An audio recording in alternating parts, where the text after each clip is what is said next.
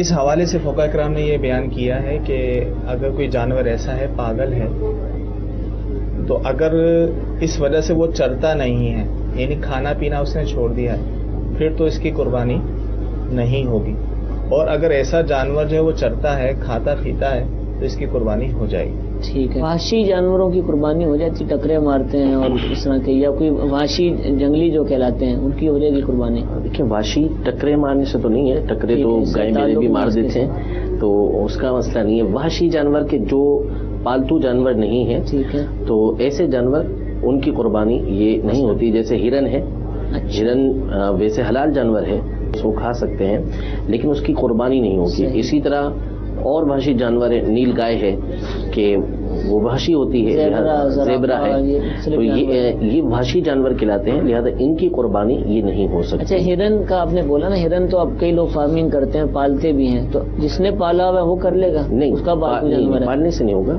کہ کوئی وحشی جانور کو پال لے اور اس کو پال کے جو ہے وہ پالتو بنا لے، اپنے آپ سے مانوس کر لے، اس کے باوجود بھی اس کی قربانی نہیں ہوگی. نفس حلال ہونا الگ چیز ہے کہ اس کو گوشت وغیرہ کھایا جا سکتا ہے، جو بھی حلال جانور ہے، لیکن قربانی کے لیے وہی بات کہ جو شریعت کی طرف سے مقرر کردہ جانور ہیں وہی کیے جا سکتے ہیں. تو چونکہ ہرن ان میں سے نہیں ہے، اسی طرح دیگر وحشی جانور یہ ان میں سے نہیں ہے، تو لہذا ان کی قربانی یہ نہیں ہو سکتی. ٹھیک ہے. بھینس کی قربانی ہو جائے گی؟ بھینس کی یہ گائے کے ساتھ ہے، کیونکہ باب المدینہ کراچی میں تو شاید یہ سوال بنتا ہے، دیہاتوں گاؤں دیہاتوں میں، دوسرے شہروں میں تو کرتے ہیں لوگ، لیکن یہاں لوگوں کو شاید معلوم نہیں ہے. یعنی دیکھیں اصل میں بنیادی اعتبار سے 3 ذکر کیے جاتے ہیں جانور قربانی کے: اونٹ، گائے اور بکری. لیکن ان کے تابع، اونٹ کے تابع تو نہیں ہے، ساتھ نہیں ہے، لیکن گائے کے ساتھ بھینس کو ملایا جاتا ہے، بیل ہے وہ ملایا جاتا ہے، بکری کے ساتھ بھیڑ، دمبا، مینڈھا، یہ سارے اسی کے ساتھ، اسی کے تابع ہو کر آتے ہیں. ایک یہ بھی سوال بکثرت پوچھا جاتا ہے کہ کٹے کی قربانی ہو سکتی کہ نہیں؟ پنجابی میں کٹا کہتے ہیں، یعنی بھینسا. تو بھینسا اگر اس کی عمر 2 سال ہو چکی ہے تو اب اگرچہ اس کو کٹا نہیں کہا جاتا، بھینسا کہا جاتا ہے، تو اس کی قربانی ہونا بالکل شرعاً جائز ہے. اس میں کوئی کسی طرح کی کراہت والا معاملہ نہیں ہے، یہ بھی قربانی کے قابل ہی جانور ہے. اچھا، جو لوگ کہتے ہیں کہ کٹے کی نہیں ہوگی، وہ شاید عمر کی کمی کی وجہ سے کہتے ہوں گے. اگر وہ سال کا ہو گیا ہے، عموماً عمر کی کمی کی وجہ سے نہیں کہتے، وہ بھینس کے شبے کی وجہ سے. آدھے کو شبہ تو یہ ہے کہ بھینس کی بھی نہیں ہوتی، تو اب بھینس کے آگے کٹے کی کیسے ہو سکتی؟ حالانکہ بھینس کی بھی ہو جاتی ہے، تو بھینس کی بھی قربانی جائز ہے. اچھا، قربانی کے جانور کو بیچا جا سکتا ہے نفع پر؟ میں نے لیا اور دیکھا کہ مارکیٹ تیز ہو گئی ہے، چلو اب بھیج دیتے ہیں اور خود پھر کچھ اور جانور لے لیں گے. اگر یہ جانور کسی شریف فقیر نے خریدا ہے جس پہ قربانی واجب نہیں تھی، لیکن اس نے جانور خرید لیا ہے، تو اب اس کے اوپر واجب ہے کہ اسی جانور کی قربانی کرے گا. وہ اس جانور کو بیچ نہیں سکتا، یا کسی سے بدل کر دوسرا جانور وہ قربان کرنا چاہے تو ایسا نہیں کر سکتا، اس کو یہی جانور قربان کرنا ہوگا. اور اگر یہ غنی تھا جس نے اس جانور کو خریدا قربانی کے لیے، اب وہ چاہتا ہے میں دوسرا جانور لے کر آ جاؤں، تو چونکہ غنی کے اوپر یہی جانور قربان کرنا لازم نہیں ہوتا، وہ اگر چاہے تو دوسرے جانور سے اس کو بدلنا چاہتا ہے کہ میں دوسرا اچھا جانور لے کر آ جاؤں. تو مثال کے طور پہ 50,000 کا اس نے ایک بیل خریدا تھا، تو اب یہ چاہتا ہے کہ میں 70,000 والا بیل لے کر آ جاؤں. ٹھیک ہے. تو اب یہ اس کے لیے گنجائش ہے کہ یہ اس جانور کو بیچ کے دوسرا بڑا جانور خریدنا چاہتا ہے تو خرید سکتا ہے. البتہ اگر ایسا ہے کہ اس نے جانور خریدا پہلے 70,000 روپے کا، اس کو بیچ دیا اور اس کو کم ریٹ میں مثلا 60,000 50,000 روپے میں کوئی اس سے بھی پچھلے جانور سے بھی اچھا قداور اور زیادہ فرباد جانور مل رہا ہے، تو اس نے 70,000 والے جانور کو بیچا اور 60,000 روپے میں کوئی اس سے اچھا عمدہ جانور اس نے لے لیا.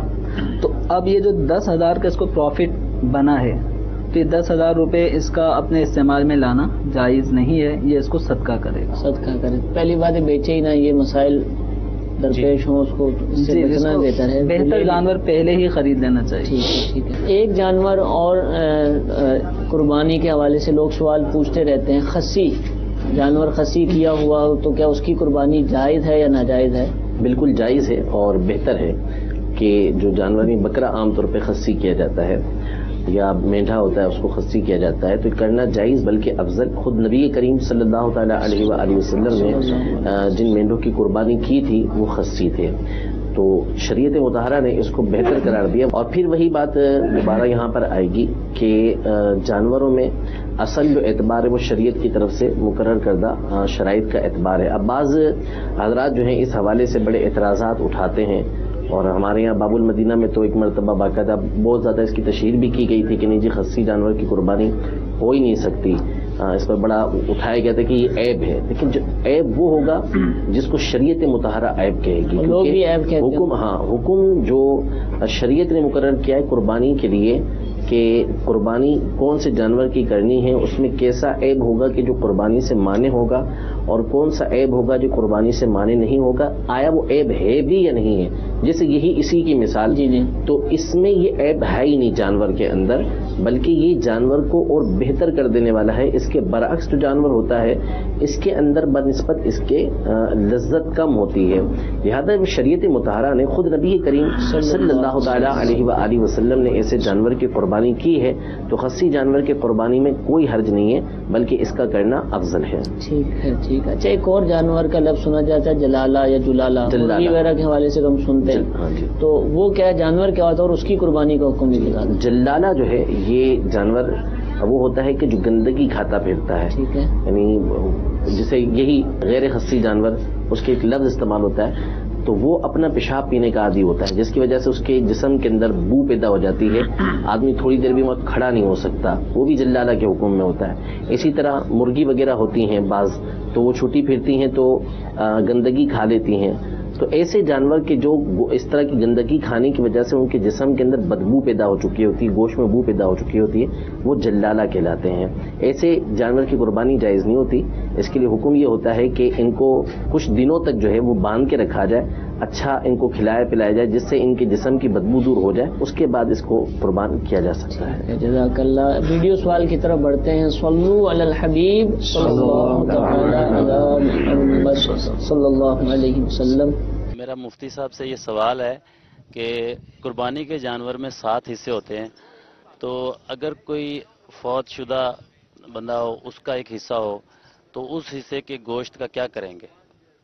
جی حضور، سوال پوچھا گیا کہ قربانی کے جانور میں 7 حصے ہوتے ہیں، اور جیسا کہ ہم نے سنا کہ مختلف نیتیں بھی کی جا سکتی ہیں حصوں کے اندر. اگر کسی نے فوت شدہ کی طرف سے نیت کی کہ بھی ایک حصہ فلاں کی طرف سے ہے، تو اس کا کیا جائے گا، یہ بتا دیجیے. دیکھیں اس میں 2 صورتیں ہیں. اگر تو مرحوم نے وصیت کی تھی کہ میری طرف سے قربانی کر دینا، اور ایسی صورت میں اس وصیت پر عمل کرتے ہوئے قربانی کا حصہ ڈالا گیا، تو اب اس حصے کو تصدق کرنا یعنی صدقہ کرنا لازم ہوگا، اسے خود نہیں کھا سکتے. اور اگر وصیت نہیں کی تھی، ویسے ہی اپنے مرحومین کی جانب سے جو ہے وہ قربانی کا ایک حصہ ڈال لیا گیا، والدین کی جانب سے ڈال لیا گیا یا دیگر بزرگان دین کے نام پر ڈال لیا گیا، تو وہ در حقیقت ایصال ثواب ہے. تو ایسی صورت کے اندر اس کے حصے کے لیے مستحب طریقہ وہی ہے کہ جو قربانی کی تقسیم کا طریقہ کار ہے کہ 3 حصے کیے جائیں، ایک حصہ اپنے لیے، ایک رشتہ داروں کے لیے، اور ایک حصہ فقراء کے لیے. تو وہی طریقہ اختیار کر کے مستحب طریقے پر عمل کرتے ہوئے انہی 3 حصوں میں تقسیم کر سکتے. کوئی شخص صاحب نصاب تھا، اس پر قربانی واجب تھی، لیکن وہ جانور نہیں خریدتا، قربانی نہیں کرتا. 3 دن عید کے گزر جاتے ہیں، یہاں تک کہ سال گزر جاتا ہے. اب نیا سال آ گیا ہے، جیسے پچھلے سال کسی نے نہیں کی تھی، اس سال اب اس کا وقت آ گیا ہے، اور اب بھی وہ صاحب نصاب ہے، اس کو اس سال بھی قربانی کرنی ہے. کیا کرے؟ وہ 2 قربانیاں کرے گا کہ پچھلی قربانی کی قضا کر سکتا ہے، اس کی کوئی صورت ہے، یا وہ وقت گزر گیا اس کو توبہ ہی کرنی ہوگی؟ دیکھیں، جو شخص صاحب نصاب ہے، اب اس نے قربانی نہیں کی، اس کی 2 صورتیں ہیں. ایک تو یہ کہ اس نے جانور خریدا تھا، جانور خرید کر اس کو نہیں کیا. ٹھیک ہے. اب اگر وقت گزر گیا ہے، جو جانور اس نے خریدا تھا، اس پہ لازم ہے کہ اس جانور کو صدقہ کر دے. ٹھیک ہے. دوسری صورت یہ کہ اس نے جانور ہی نہیں خریدا، اب وقت گزر گیا. اب اس کے لیے شرعی حکم یہ ہے کہ یہ ایک چھوٹے جانور کی بکرے یا بکری کی قیمت صدقہ کرے گا. ٹھیک ہے. اس کے لیے یہ حکم ہے. اور جو قربانی نہیں کی، واجب ادا نہیں کیا، اس سے توبہ بھی کرے گا. ایسا نہیں کر سکتا کہ یہ آئندہ عید الاضحیٰ پر ایک جانور کی جگہ 2 جانور لے اور 2 جانوروں کی قربانی کرے اور کہے کہ پچھلا جو میرا واجب چھوٹ گیا تھا وہ میں یہاں پر قضا کر رہا ہوں. کیونکہ جو اس پر وجوب ہوا تھا وہ اسی اعتبار سے تھا کہ 10 ذوالحجہ کی طلوع فجر سے لے کر 12 کی غروب آفتاب تک اس کے اوپر وہ وجوب تھا، اس پہ لازم تھا کہ وہ کرتا. اب اس نے نہیں کی تو اب اس کی قضا یوں نہیں کر سکتا. اب شرعی حکم اس کے لیے یہ ہے کہ یہ بکرے یا بکری کی قیمت صدقہ کرے گا. ٹھیک ہے.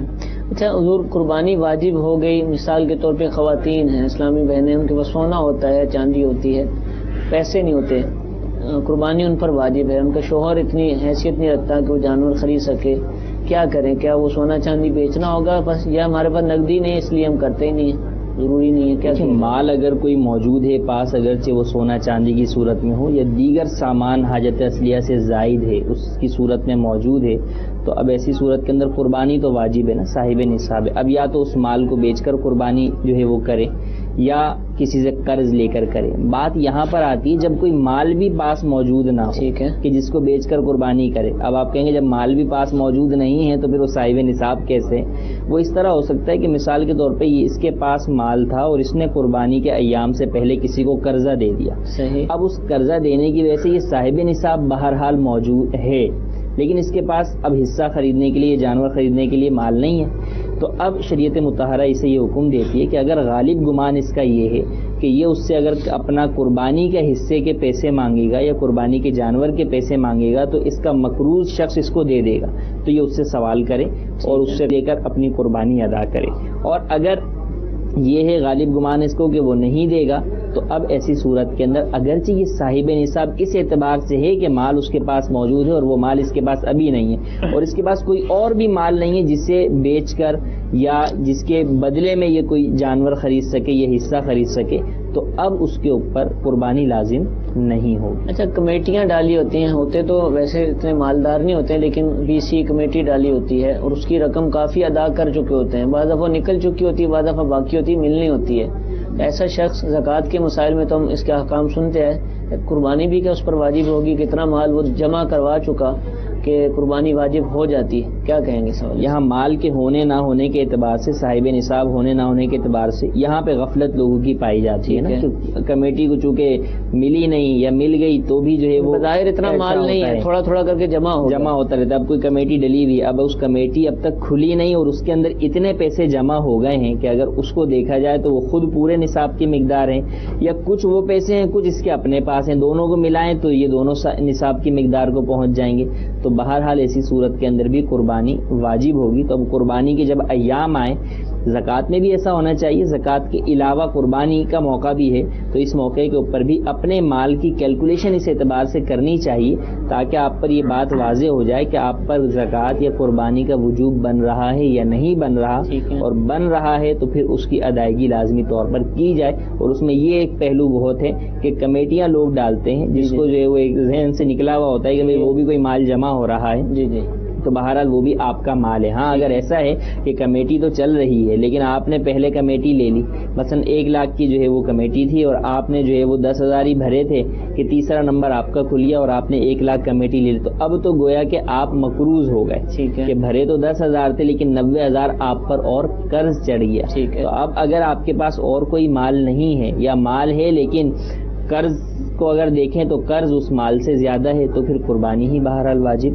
نہیں ہوتی. اس میں بھی یہ ہے کہ اگر کمیٹی اس کی نہیں کھلی اور اتنے جمع کروا چکا ہے کہ نصاب کے برابر رقم پہنچ گئی ہے اور اس کے بعد اور کوئی مال نہیں ہے, تو ایسی صورت یہ وہی پہلے والے مسئلے سے آ جائے گی کہ آپ کسی کو قرضہ دیا ہوا ہے یا جو ہے وہ کمیٹی کو. اب کمیٹیوں کا تو پتہ ہے کہ کوئی بھی جو ہے وہ آپ کو پہلے قرضہ نہیں دے گا, غالب گمان تو یہ اس کے اندر یہ واضح ہوتا ہے عموماً کہ بھئی کمیٹی میں کوئی بھی آپ کو کمیٹی کے ٹائم سے پہلے قرضہ اٹھا کر کمیٹی والا نہیں دے گا. تو اب اگر اس کے پاس کمیٹی کے علاوہ کوئی اور مال ہے ہی نہیں جس سے وہ قربانی کے لیے جانور خریدے یا حصہ خریدے, تو پھر اس کے اوپر قربانی واجب نہیں ہوگی. آخری ویڈیو سوال کی طرف بڑھتے ہیں. صلو علی الحبیب صلی اللہ تعالی علی محمد صلی اللہ علیہ وسلم. میرا یہ سوال ہے کہ اگر قربانی کے جانور کا سینگ ٹوٹ جائے تو کیا حکم ہے؟ جی حضور, سینگ ٹوٹ جائے تو اس کا کیا حکم ہے؟ جانور کا سینگ نہیں ہے یا ٹوٹ گیا, دونوں صورتیں بیان فرمائیں. دیکھیں, جانور کے سینگ نہ ہونے کی ایک صورت تو یہ ہے کہ پیدائشی ہی سینگ نہ ہو, تو جس جانور کے پیدائشی سینگ نہیں ہے اس کی قربانی بلا شبہ جائز ہے, بلکہ سینگ والوں کے مقابلے میں بغیر سینگ والا یہ جانور خوبصورت ہوتا ہے. اور اسی وجہ سے بعض جو جانور والے ہوتے ہیں جانور کے سینگ کو اکھیڑ دیتے ہیں ٹھیک ہے. باقاعدہ اس کے سینگ ہوتے ہیں, اس کو نکال دیتے ہیں, بچپن میں نکال دیتے ہیں, بچپن میں یا قربانی سے چند مہینے پہلے ہی وہ نکال دیتے ہیں, پھر اس کا علاج معالجہ کر کے زخم کو بھر دیتے ہیں. حتیٰ کہ جب قربانی کے دن آتے ہیں, لوگ خرید رہے ہوتے ہیں, تو اس جانور میں ایک عام آدمی یہ فرق نہیں کر سکتا کہ یہ سینگ والا تھا یہ سینگ یا اس کے شروع سے سینگ اگے ہی نہیں تھے. ٹھیک ہے. تو اگر اس طرح کا جانور ہے جس کے سینگ تھے اور نکال دیے گئے, زخم بھر گیا, اب وہ جو سینگ نکلنے کی وجہ سے جو سر کا اندرونی حصہ جڑ تھی وہ کچھ بھی نظر نہیں آ رہا, تو اس جانور کی بھی قربانی ہو جائے گی. صحیح. اب سینگ ٹوٹ گیا تو سینگ ٹوٹنے میں ایک تو یہ ہے کہ جانور کے لڑنے یا کسی بھی وجہ سے سینگ کا کچھ حصہ جھڑ گیا, ٹوٹ گیا, لیکن سینگ جڑ سے لگا ہوا ہے, اوپر سے کنارہ اوپر سے جھڑ گیا, تو اس میں بھی قربانی ہو جاتی ہے. اور اگر سینگ اکھڑ گیا, یہاں تک کہ جو سینگ کی جو جڑ ہوتی ہے اندرونی سر کا اندرونی حصہ وہ دکھائی دے رہا ہے, تو یہ عیب ایسا ہے کہ جس کی وجہ سے قربانی نہیں ہوگی. اب یہ عیب ٹھیک ہو گیا, یعنی سینگ تو چلا گیا, اب تو واپس نہیں آئے گا, زخم ٹھیک ہو جاتا ہے وہ سینگ ٹوٹنے والا, تو اب کیا کہیں گے؟ اگر یہ ہے کہ سینگ جڑ سے نکال دیا گیا اور اس کے بعد جو اس کا زخم تھا وہ بھر گیا ہے, تو اس صورت میں قربانی ہو جائے گی. ٹھیک ہے. میٹھے میٹھے اسلام بھائیو, آپ نے آج کے سلسلے کے اندر جانور کی شرائط کے حوالے سے خاص طور پر مسائل سنے, اس کے علاوہ بھی ہم نے شرعی احکام سنے. اللہ تعالیٰ ہم سب کو عمل کرنے کی توفیق عطا فرمائے. آمین بجاہ النبی الامین. صلو علی الحبیب صلی اللہ تعالی علی محمد صلی اللہ علیہ وسلم. گزارے کیسے زندگی, آؤ علماء سے